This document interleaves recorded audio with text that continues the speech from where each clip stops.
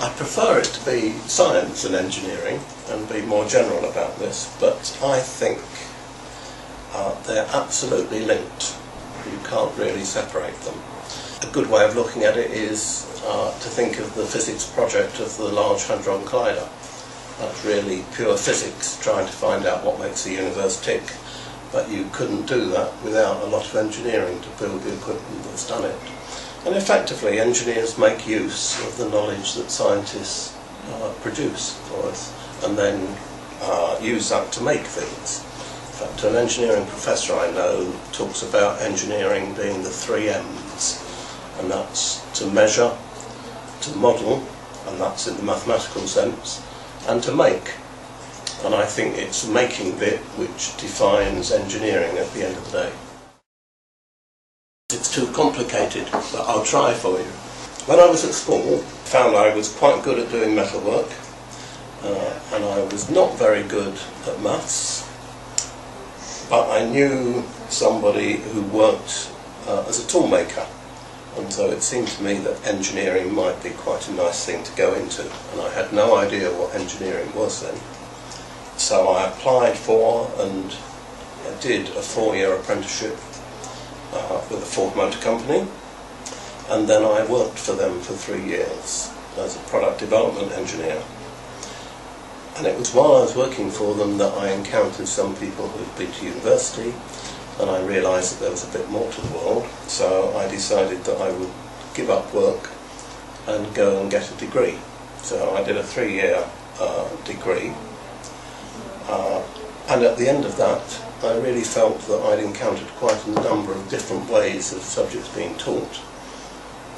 I thought that would be an interesting thing to do, so I went and started teaching, which I did for 3 years, until eventually, when I was looking to change jobs, an advert jumped out of the page at me for something called the Orthotic Research and Locomotor Assessment Unit, and I must admit I had no idea what the words meant, but it sounded exciting, so I applied for this, and to my surprise got the job, and that was using the engineering knowledge in medicine, and so my career took a sideways leap into the field of medicine, where I worked until I retired. That rather depends which bit you're talking about. If I think about the time I spent at college when I was an apprentice, I think that taught me how to do things, but I didn't necessarily know why I was doing it. I knew I'd get the result that I needed, but I didn't know necessarily how it worked. Getting a degree taught me to think, and thinking is probably the most important thing that was necessary to enable me to follow the career path that I followed. Thinking has to be the key one, but I think people skills is a very important thing. I don't think anybody teaches you this, but you've got to be able to know how to work with people. And then after that, the skills are being able to measure and understand what you are measuring and how accurately you are measuring, how to analyse the results you get, and then from that to be able to synthesise into something new. And that links back to the definitions of engineering. In my particular case, it was because I could use the engineering skills that I had working with individuals and helping to solve their individual problems. Now that's not something which applies to all engineers, of course, but in my case that was undoubtedly the important thing. I'd certainly be happy with aiming at the same endpoint, but I wouldn't recommend the route that I took because it was far too complex, and in today's world I don't think you could do that. You've got to be much more focused on where you're going at every stage. I'm bound to say I don't know the answer to that because we're in such a changing world, but I think you need to decide what you're interested in, be enthusiastic about it, and work hard at getting to know all you can about it. And in particularly if anybody wants to come into this, in the field of engineering, then maths is very important. And you really do need to concentrate on that.